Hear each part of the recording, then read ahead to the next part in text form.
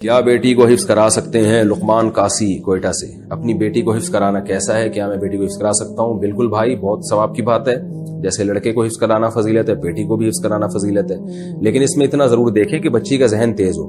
بعض دفعہ بچیاں بہت کمزور ہوتی ہیں دماغ کی، وہ پھر بہت ان پہ بوجھ آ جاتا ہے. اور ایک بات کا خوب خیال کریں، جو بھی اپنے بچوں کو قرآن حفظ کروا رہے ہیں دیکھا کریں کہ بچے کی آواز تو نہیں بیٹھ رہی، کیونکہ بعض قاری بچہ یا بچی کو اتنا چخواتے ہیں کہ ان کے گلا بیٹھ جاتا ہے، اور وہ روزانہ چخوا کے ان کا دماغ کمزور ہو جاتا ہے، موٹے موٹے چشمے لگ جاتے ہیں.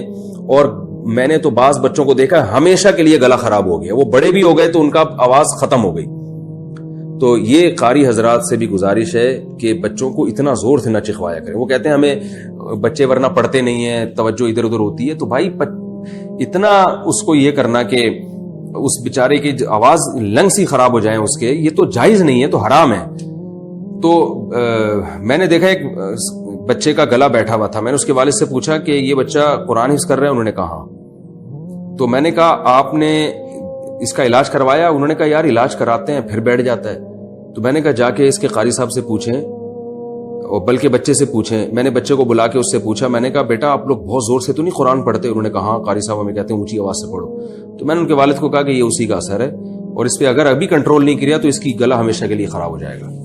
تو پھر انہوں نے قاری صاحب کو سمجھایا، اور بچے سے بھی کہا کہ بھائی، قاری صاحب کو بھی کہا اور بچے سے بھی کہا کہ اگر دوبارہ قاری صاحب چکھوائیں تو پھر بچہ والدین کو بتائے. 2-3 دفعہ قاری صاحب کو تنبیہ کی جائے، پھر بھی نہیں باز آتے تو بچے کو نکال لیں آپ. بچے کا حفظ کرانا اتنا ضروری نہیں ہے جتنا اس کے گلے کا خیال کرنا ضروری ہے.